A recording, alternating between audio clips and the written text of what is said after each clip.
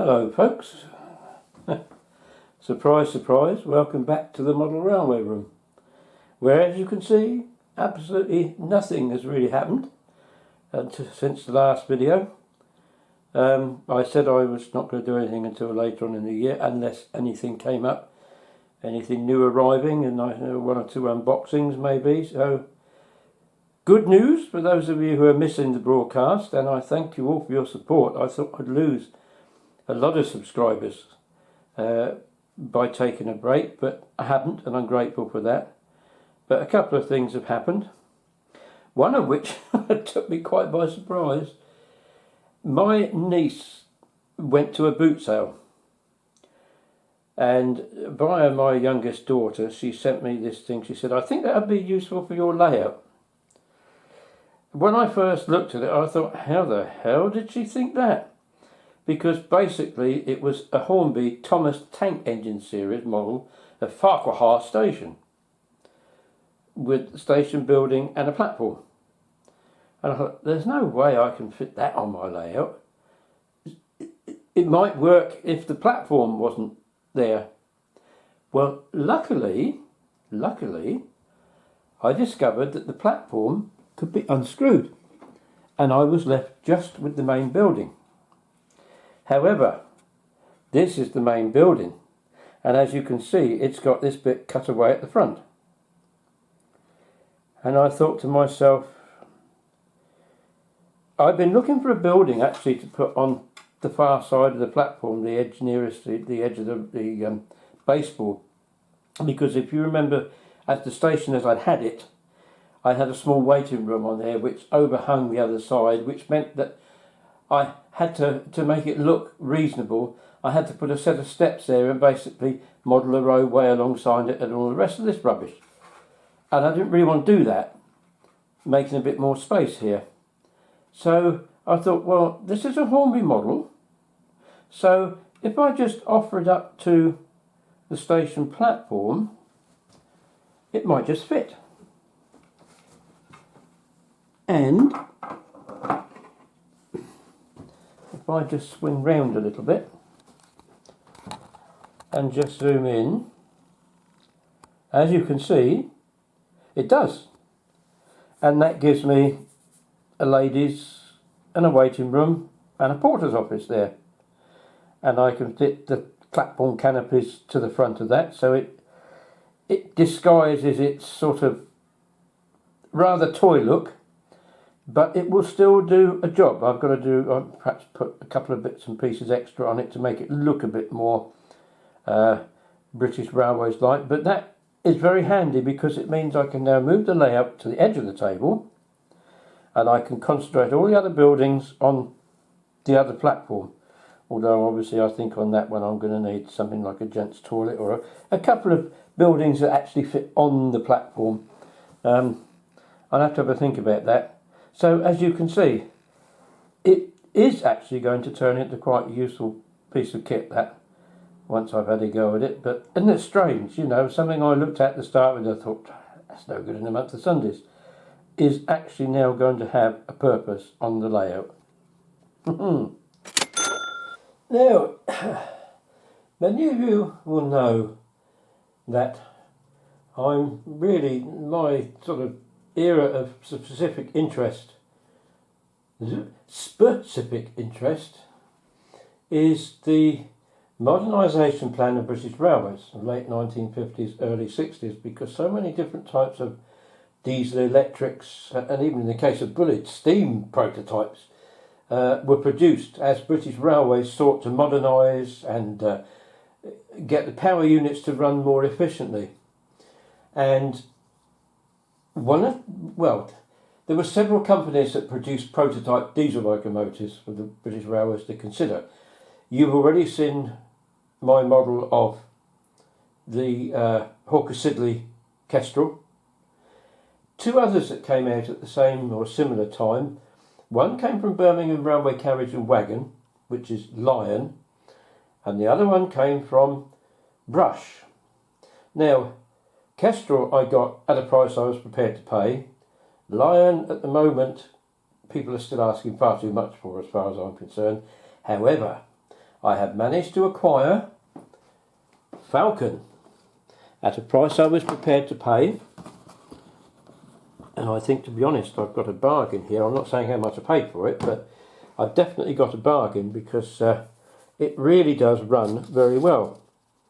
And here is the blurb that you get with it. You've got a photo of it on the front there, certificate. Model 568 out of only 800. The Helgen modelled these prototypes, but they never did very many of them particularly, so that's why I think some of them have gone up in price. However, I'm very, very pleased with this model. As you can see, it's well presented in the box. The only thing it didn't come with was the head codes that they print on a sheet to go with it. But that doesn't worry me because I'm going to run this in as ex-works condition, so it wouldn't have had any of those fitted at that time. It did, however, have rather interesting buffers set somewhat lower, and although you can't really do that if you want to connect it to other rolling stock, but if you want to just run it without anything, here is the set of the prototype type buffers, even with springs in them, and you don't get that very often. There's also the usual sprues here with all the different bits and pieces that you can add onto it, brake pipes and what have you. I'm not going to bother because somebody else might want to, but I tend to break them. I'm rather ham-fisted. But we'll get the model out and we'll have a look at her.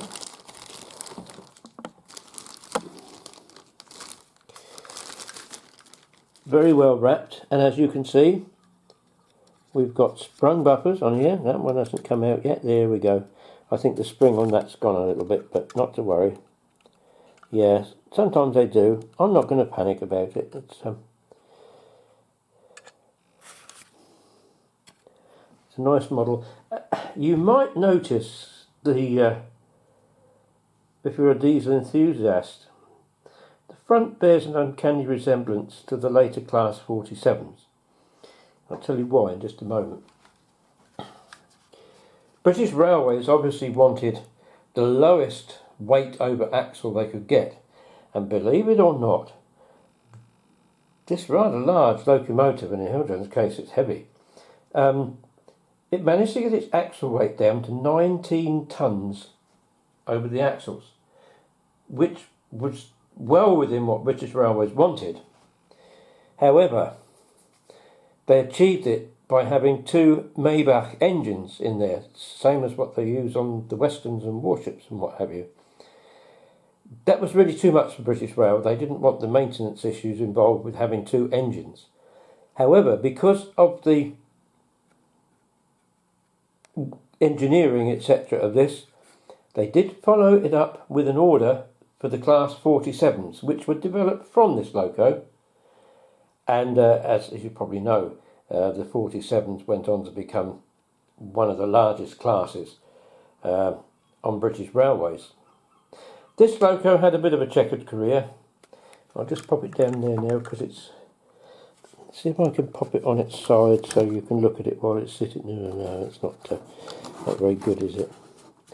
Let's pop it there like that. And just going to bring this down a little bit. There we are. That's not so bad, is it? This loco was delivered to British Railways, still owned by Brush, as a locomotive in 1961. And for the early part of its life, it travelled around the London Midland region. But eventually, because of the Maybach engines, it was decided to transfer it to the Western, where obviously they had a lot more experience. Look at the detail on this roof. Very good detail. And there it lingered really, went back to Brush a couple of times, had to have various modifications and what have you.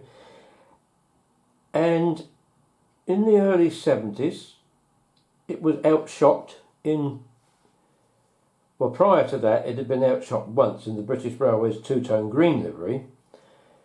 Then in the early 1970s it was outshopped in British Rail blue livery because British Rail actually then officially leased it from Brush. And from that moment onwards they virtually run it into the ground. Eventually they decided they would buy the locomotive from Brush. I have a feeling they wanted to just get rid of it, both of them. Brush were quite pleased to sell it, but included in the sale was a stipulation that when British Rail had finished with it, it had to be scrapped. It couldn't be sold to anybody else, it had to be scrapped, and that's why it hasn't gone for preservation. And it finished its days, I think, in about 1975. British Rail had had enough, and the loco was finally scrapped. So it ran for 14 years, so that's not too bad. And as I say, it's a very smooth runner. But you like to see it running, so we'll make sure and get on with that, okay? As you can still see, I'm afraid I'm still not really used to this studio stuff yet. But I was doing my best. I never promised you anything fully professional when it started, and I still ain't full professional. But this locomotive, it runs very smoothly, and so I'll run it round the circuit 3 or 4 times just to let you see. Nothing very fancy, and I'm not going to rush it about, and it's a pretty hefty model, so let's get it going.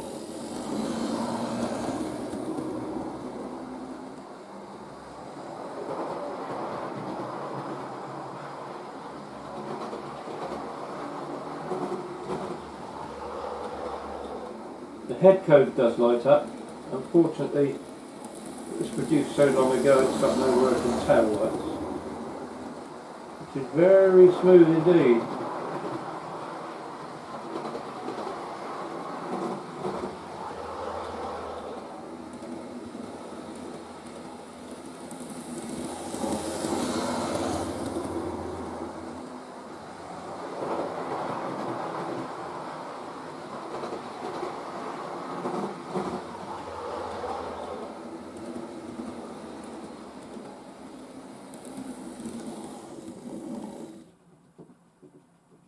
Right,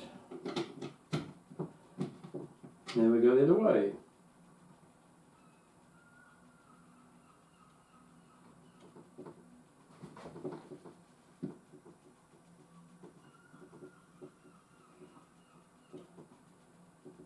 Oh, I said now we go the other way. I wonder.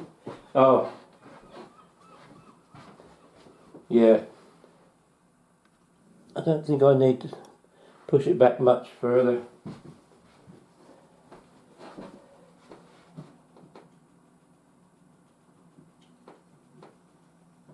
Oh, surprising.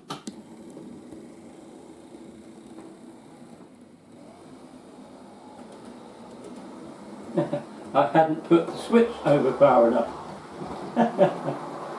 Stupid boy.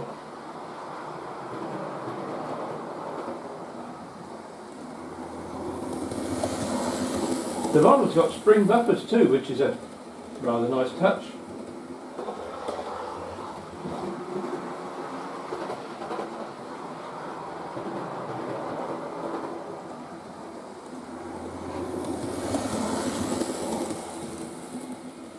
Heljan had produced the model in all 3 colours that it wore.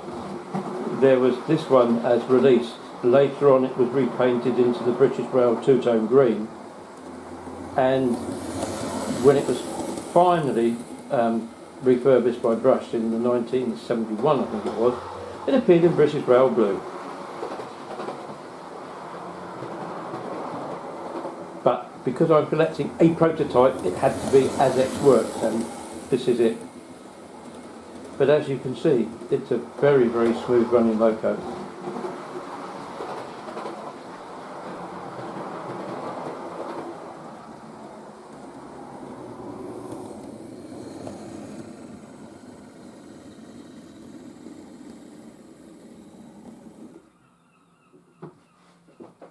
Well, that's it.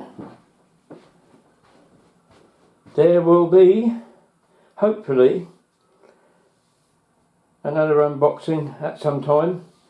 I am still waiting for a couple of models, but from the company they're coming from, we could be waiting a long time. Anyway, this is just something to break the gap, as it were, and like I said, it's a total load of crap, but needless to say, I've given you something, and I hope you've enjoyed having a look at, yet again, another of the unique prototypes built for consideration by British Railways for their fleet of more modern diesel locomotives in the 1950s and 60s. So I will say goodbye for now. Hope you'll keep watching my other videos that's still coming out every fortnight. A few interesting things coming up there, I hope, and we'll see you all again soon.